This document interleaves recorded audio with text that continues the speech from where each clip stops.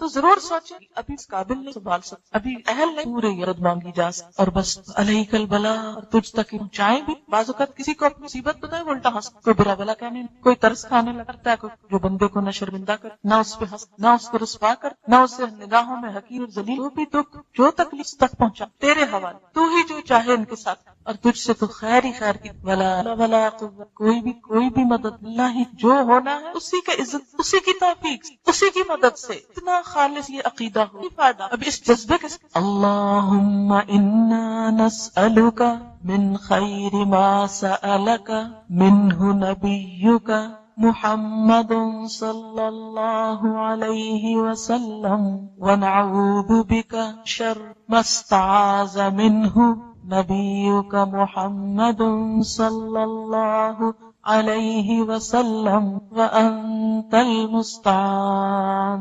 وانت المستعان وانت المستعان وعلیک البلاغ ولا حول ولا قوة الا باللہ ولا حول ولا قوة الا باللہ۔ جب یہ جملہ پر ہر دنیا ہر طاقت ہر سے بے نیاز ہو کہ اللہ کی طاقت پہ یقین رکھ کے یہ جملہ بولے، ولا حول ولا قوة الا باللہ ولا حول ولا قوة الا باللہ ولا حول ولا قوة الا باللہ۔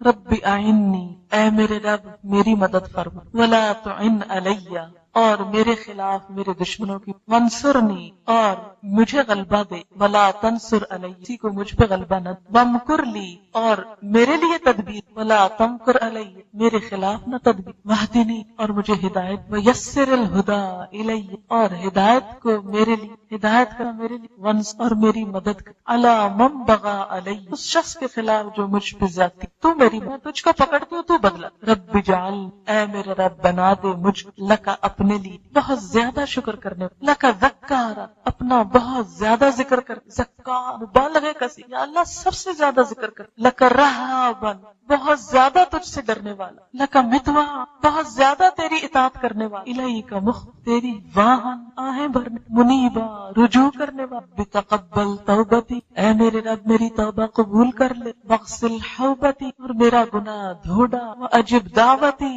اور میری دعا قبول کر لے، وثبت حجتی، اور میری دلیل ثابت کر دے، واہدی قلبی، اور میرے دل کو ہدایت دے دے، وسدد لسانی، اور میری زبان کو درست، اسلل سخیمت قلبی، اور میرے دل کے کینے نکال دے، رب اعنی ولا تعن علی، رب اعنی ولا تعن علی، رب اعنی ولا تعن علی، وانصرنی ولا تنصر علی، وامکر لی ولا تمکر علی، وامکر لی ولا تمکر علی، واہدنی ویسر الہدی الی، ویسر الہدی الی، وانصرنی علی من بغى علی، وانصرنی علی من بغى علی، رب اجعلنی لک شکارا لک شکارا لک شکارا لک ذکارا لک ذکارا لک رہابا لک رہابا لک مطواعا لک مطواعا الیک مخبتا اواہا منیبا، رب تقبل توبتی، رب تقبل توبتی، رب تقبل توبتی، واغسل حوبتی، اپنے گناہوں کو یاد کر کے دعا مانگے، واغسل حوبتی کا مطلب میرے گناہوں کے دھو دے، جیسے انسان کے جسم پہ ذرا پسینہ آئے، میل مٹی آئے، کتنا دل گھبراتا ہے، انسان کہتا ہے نہا لوں کہ سب دھل جائے، اللہ تعالیٰ یہ جو گناہوں نے مجھے بوجھل کر دی بالکل صاف کر دے، واغسل حوبتی، واغسل حوبتی، وأجب دعوتی، وأجب دعوتی، کہ اللہ میری فریادیں سن لے، وأجب دعوتی، وثبت حجتی، واہد قلبی۔ دل کی ہدایت اس لیے مانگی جاتی ہے کیونکہ اگر دل بھٹک جائے تو سارا انسان بھٹک جائے، ساری زندگی بھٹک جائے، دل کی اصلاح بڑی ضروری ہے، اللہ میرے دل کو ہدایت، واہد قلبی، واہد قلبی، وسدد لسانی، کیونکہ زبان کے گناہ سب سے زیادہ ہوتا ہے۔ حقیقت یہ ہے کہ ہماری زبان ہی رشتوں کو کاٹتی ہے اور زبان ہی جوڑتی ہے، زبان ہی انسانوں کو لوگوں میں محبوب بناتی ہے اور زبان ہی انسان کو مصیبت میں مبتلا کرتی، سب سے بڑی آفت ہی یہی۔ تو اس سوچ کے ساتھ دعا مانگے کہ یا اللہ اس کو سیدھا کر دے، بس تیری رضا کی بات کرے۔ وسدد لسانی وسدد لسانی وسدد لسانی واسلل سخیمۃ قلبی۔ انسان کے دل میں اللہ کا نور نہیں آتا جب تک دل کے اندر میل بھرے، کسی کے لیے حسد کے، بغض، کسی کے لیے بری سازش، کسی کا برا چاہنا، یہ جو کینے ہوتے ہیں نا، بغض اور عناد اور حسد، یہ انسان کے دل سے اللہ کا نور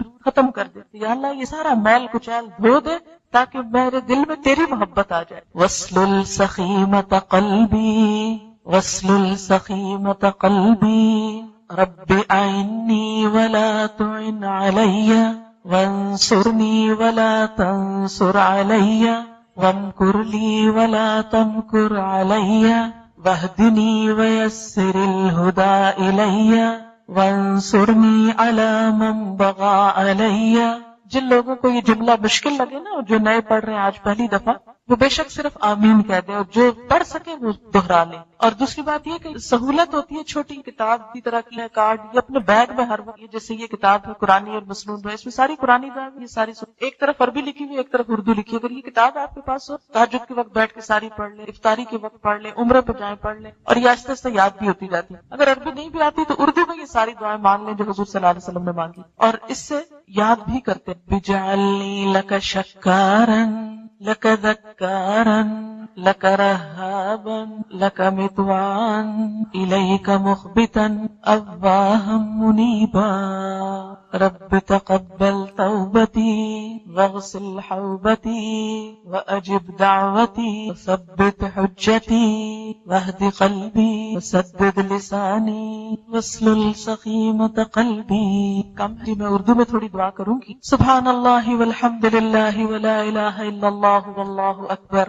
ولا حول ولا قوة الا باللہ العلی العظیم۔ اللہم صل علی محمد وعلى آل محمد كما صليت على إبراهيم وعلى آل إبراهيم إنك حميد مجيد وبارك على محمد وعلى آل محمد كما باركت على وعلى آل إبراهيم في الآخرة وقنا۔ یا اللہ پاک یہ قرآن جو مکمل ہوا اپنی رحمت سے قبول فرما، جنہوں نے پڑھا ہے ان کی کوشش قبول فرما، جنہوں نے سنا ہے ان کی کوشش قبول فرما، ہم سب کو عمل کی توفیق عطا فرما۔ اس کا قرآن ہمارے دلوں میں اتار دے، اس کو ہمارے حق میں حجت بنانا، اس کو ہمارے خلاف حجت نہ بنانا۔ یا اللہ ہماری نیتوں کو صرف اپنے لیے خالص، ہمیں ہر طرح کی ریاکاری سے بچا۔ یا اللہ اس پر ہمیں عمل کی توفیق عطا فرما، اس کو ہمارے لیے صدقہ جاریہ بنا۔ یا رب العالمین ہمارے بچوں کو ہدایت عطا فرما، انہیں نیکی کی توفیق عطا۔ یا اللہ ہمارے والدین پر اپنی رحمت فرما، ان کے درجات بلند فرما، ان کو صحت کاملہ عطا فرما۔ یا اللہ جتنے بھی حاضرین مجلس ہیں ان کے دلوں میں جو دعائیں ہیں، نیک تمنائیں، یا اللہ ان سب کو پورا فرما۔ یا اللہ مسلمانوں کے درمیان باہم محبت پیدا کر، اتفاق اور اتحاد پیدا کر دے۔ اللہ ہمیں ان کاموں کی توفیق دے جن سے تو راضی ہو جائے۔ یا اللہ جو بھی ہماری زندگی میں کوئی غلط بات اور کام ہو، اللہ ہماری زندگی کو اس سے دور کر دے، ان غلط چیزوں کو ہم سے ہٹا دے اور ہمیں اپنی رضا کے کام کی توفیق دے۔ یا اللہ اپنی ہدایت کو ہمارے لیے آسان کر دے، نیکی کو آسان کر دے، برائیوں کو مشکل کر دے، اپنی رحمت کے قریب کر لے۔ یا اللہ ہمارا جو عمل بھی تجھے پسند نہیں، یا اللہ وہ عمل ہم سے دور کر دے، ہمیں اس کی توفیق نہ دے اور ان کاموں کی توفیق دے جس سے تو راضی ہو جائے۔ اللہم وفقنا لما تحب وترضى، اللہم وفقنا لما تحب وترضى۔ یا اللہ تو ہمیں اپنا قرب نصیب فرما، اپنی محبت نصیب فرما، صالح بندوں کی صحبت نصیب فرما، اچھے دوست عطا فرما۔